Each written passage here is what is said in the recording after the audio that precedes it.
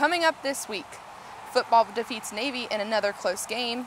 And men's and women's soccer take to the pitch against Wake Forest. This is Capital City Sports.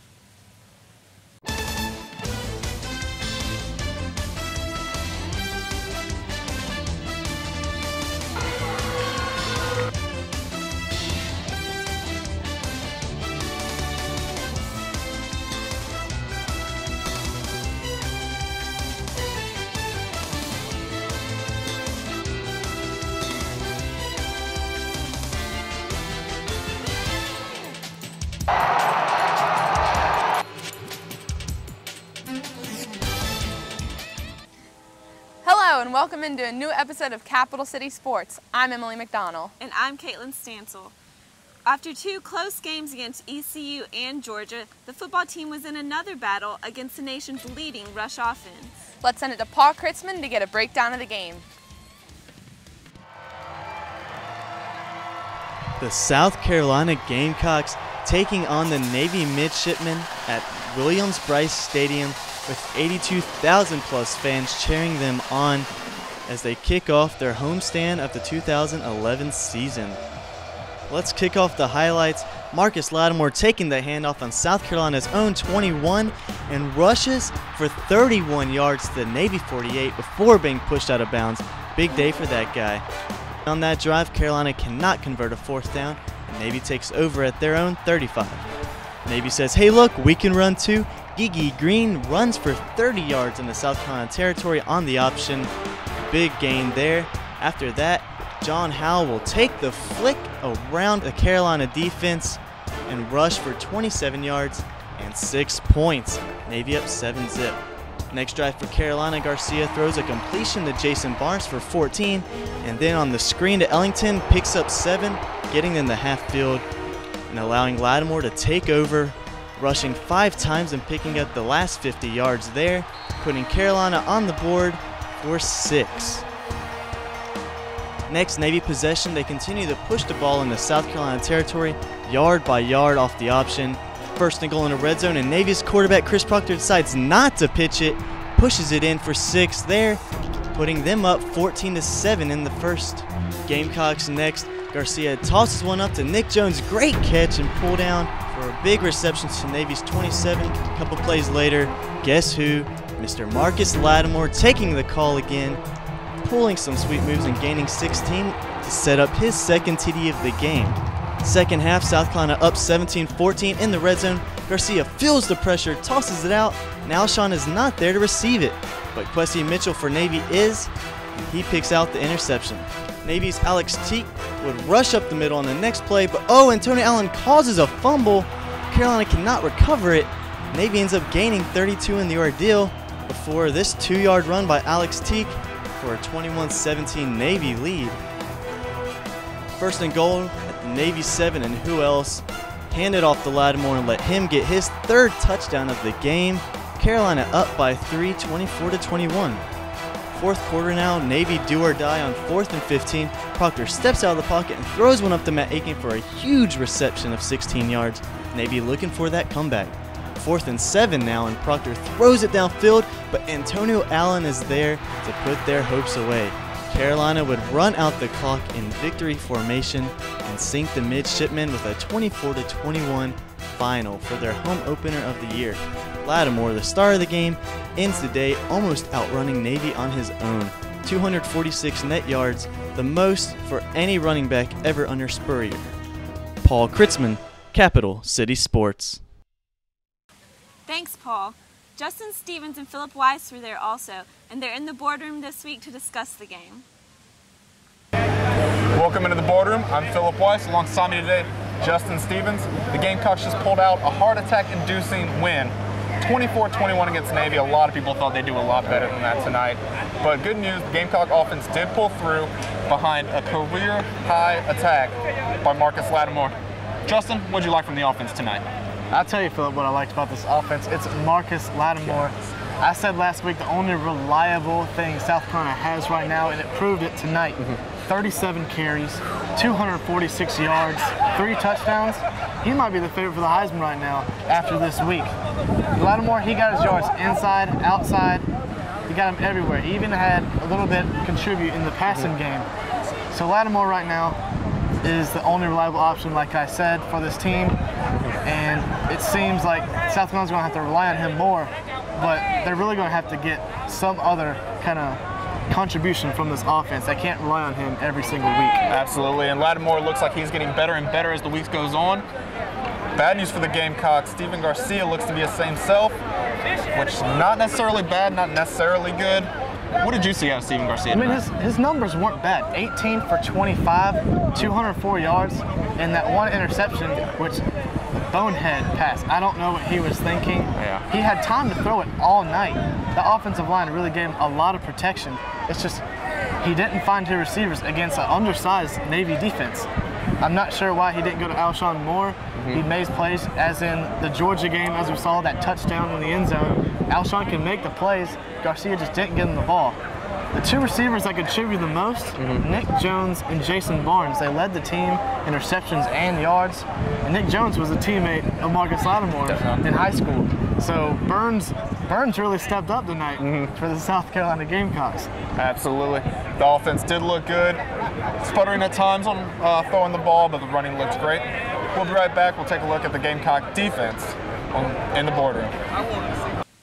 Coming up, we go back to the guys in the boardroom for more. And men's soccer hosts Wake Forest. Stay tuned.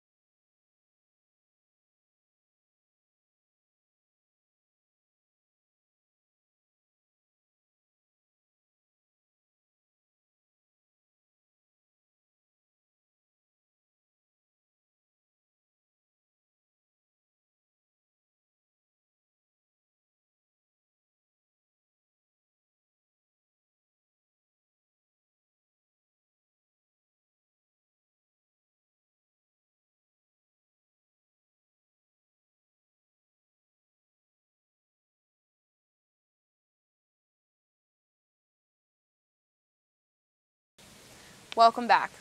A big question for the Gamecock football team is defense. Let's send it to Justin and Philip to see how they think the defense did against Navy. Welcome back into the boardroom. We're going to switch things over to the defensive side of the ball. Justin, this is the third straight week that Carolina's had to play a different type of offense. Ellis Johnson has been drilling into the players. Look out for the option, look out for the rush. How did the Gamecocks do against that rush tonight? Week 1 in Charlotte, they faced the East Carolina team that was pass happy. They passed the ball almost every single play. Yeah.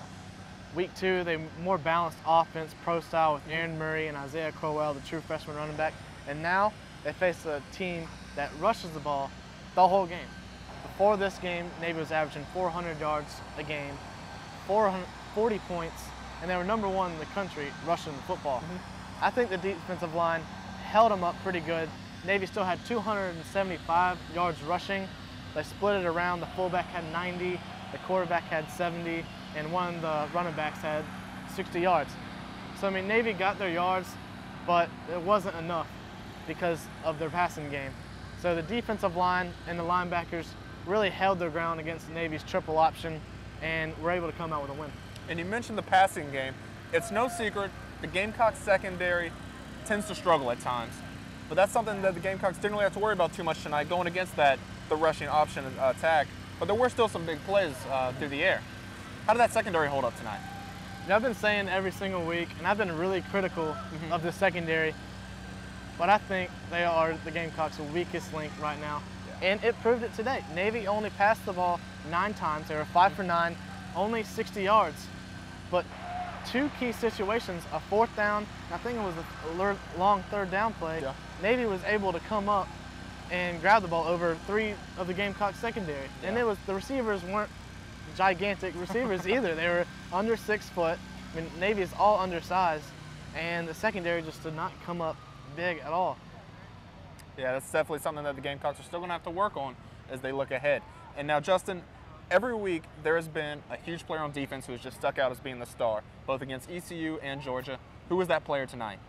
Yeah, before this season, all the Gamecocks fans were thinking, who was going to be that defensive star? Was it going to be Clowney? Or was it going to be Devin Taylor, who was named for All-American team? Or what about Stephon Gilmore? Mm-hmm. But really, it has been neither one of those guys. It has been Antonio Allen. The East Carolina game, Georgia game, he had a pick 6. And today, forced a fumble and an interception. Last week in the boardroom, I was talking about, I don't know how long the streak is going to continue, but Antonio Allen getting an interception or being the key guy on defense. But he's proven it every single week that he is that key defensive star that South Carolina needs to hold that defense together. Absolutely. There are plenty of guys that are on that defense who can step up, but as long as Antonio Allen keeps going, who knows if you need those guys. Yeah. All right, we'll be right back. We're going to take a look at the Vanderbilt game when you're back in the boardroom. Coming up, the guys in the boardroom preview the Vandy game, and men's soccer takes on High Point. Don't touch that dial.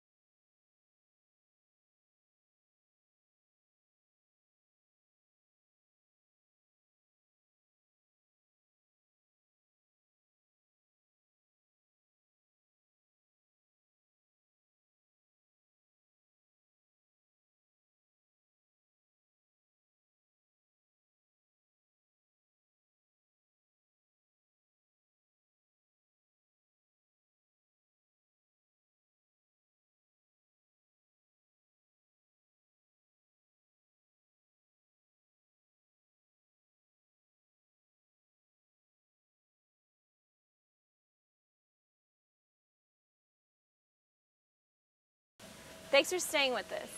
In recent years, Vanderbilt has proven to be a tough opponent for the Gamecocks. Let's send it to the guys in the boardroom to see what they have to do to avoid a loss this week. After the Gamecocks' close victory tonight, the Gamecocks are 3-0, 1-0 in the SEC, beating Georgia last week. But looking ahead, Vanderbilt's going to be coming to town. This is a team that last season, Gamecocks didn't play particularly well against. They still did manage the victory, but it was a close game. Justin, how do you see the Vanderbilt offense performing here at Williams-Brice against the Gamecock defense? Like you said, it was a close one last year in Nashville. The Gamecocks were able to pull out the win. This week, Vanderbilt beat another SEC team, Ole Miss, 30-7. And you look at the stat sheet, they killed them running the football, which is not going to be much of a difference since Navy did that this week. I don't think South Carolina will be that affected by the run, but Vanderbilt's leading rusher, 11 carries, 169 yards. So you know he can explode on some running plays. Definitely. Now, you say that, you bring up the rushing. Gamecocks have a rusher that people know as well, Marcus Lattimore. This is a guy who has thrown the team on his back for 3 straight weeks. and it seems to get better and better each time. How do you think Marcus is going to do against this Vanderbilt defense? Well, that Vanderbilt run defense actually did pretty good against Ole Miss. Ole Miss has a pretty good running back by the name of Brandon Bolden, but Vanderbilt really shut him down. Only 8 carries, I think under 50 yards. So Vanderbilt's defense did a really good job, and I think the key is Stephen Garcia's passing the ball. Vanderbilt made Ole Miss give up 5 interceptions, including a pick 6 for like 70 yards. So that Vanderbilt pass defense was getting after it against the Rebels. So Stephen Garcia is going to have to be on his game, or it might be an upset in Columbia. Yeah, that's not very good news for a pass offense that hasn't been performing too well for the Carolina Gamecocks. Now, Justin, I have to ask, what's going to be your prediction for the Gamecocks against Vandy? Well, you know, the past few games have been really close. The Gamecocks really haven't blown out an opponent. Yeah, they've kept it close. I mean, I'm going to say USC win by 10 points just because they haven't proved to kick in that final gear in the fourth quarter and just separate themselves from the competition. Now, you think only 10 points. I see this game going a little different. I think this is the week that the offense finally gets it going. Ellis Johnson's defense is going to be on top of the ball, shutting down that Vanderbilt offense. I'm liking, I don't know, I would say USC 17 points, even 20 points. I just think that the Gamecocks are going to come out strong on offense and definitely shut them down on defense. All right. All right, well, that's all we got for you today in the boardroom. We're going to send it back to you at Capital City Sports.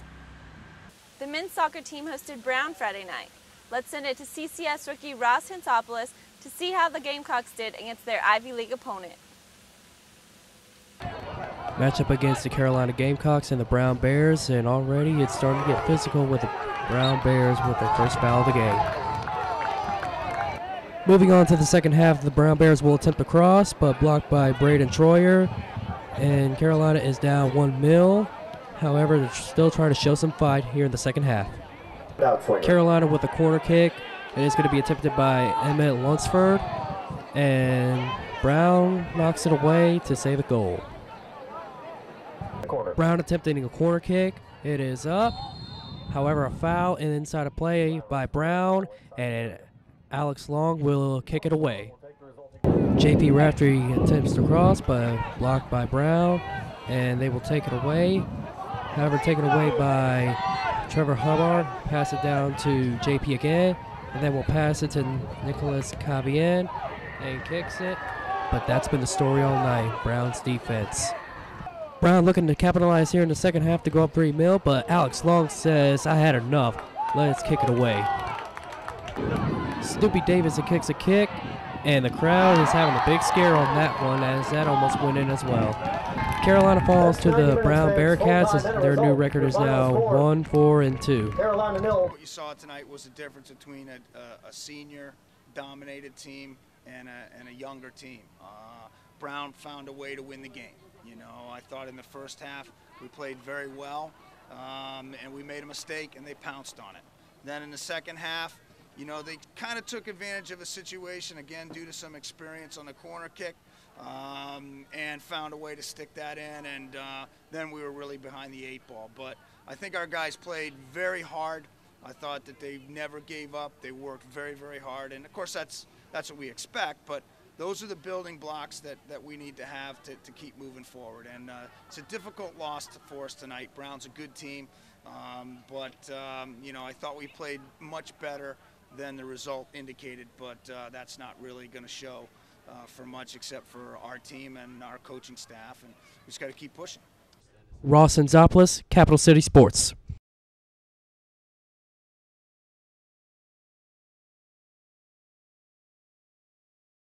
Coming up after the break, we close the show with Sunday's men's and women's soccer action. Stay tuned.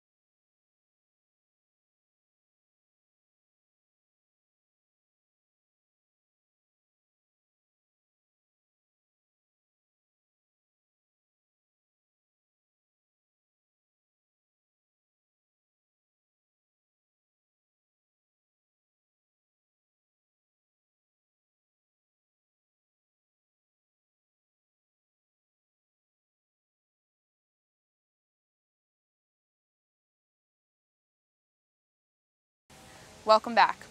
Women's soccer is not having the year that they hoped for, and no relief was in sight as they hosted number 13 Wake Forest on Sunday. Our own Chance Edwards has the highlight. South Carolina hosted Wake Forest on Sunday to what progressed into a heated battle between the Cox and Deacons. Wake Forest starts the game off and quickly gets a shot in by Wake Forest Riley Ridgick, but misses. Wake Forest gets another chance though. A cross from Jordan Feger bounces off South Carolina and Allie Berry sends it in to give Wake Forest the lead. Wake Forest soon gets another chance, but freshman Sabrina D'Angelo comes out of the box and gets the save. But it doesn't end there for Sabrina. Now in the second half, she adds on another 2 amazing saves off Wake Forest's impressive shots. Kayla Grimsley sends a corner kick straight to Ariane Lukens for an assist to Sinclair. Wake Forest saves the shot and Krista Neary tries to rip it down the middle, but it's not quite enough and Wake Forest gets another save. Danny Henry tries to pass it, but Wake Forest Chelsea Allen steals it. She drives it up the field and jukes Sabrina, but misses the open goal. After a foul on Wake Forest, Kayla Grimsley sends an indirect kick towards the goal, but it slightly misses left. Deacon possession with a great pass to Katie Stengel for a great shot from the 18 to give Wake Forest a 2-goal lead. Even after impressive 5 saves from Sabrina, Wake Forest still wins 2-0. Chance Edwards, Capital City Sports. That'll do it for us this week. If you missed any of our episodes or just want to catch up, you can find us online by searching capitalcitysports.blip.tv. Be sure to follow us on Twitter at CCS Staff or find us on iTunes or Facebook. Just search Capital City Sports. For Caitlin Stansel, I'm Emily McDonald. Have a great week.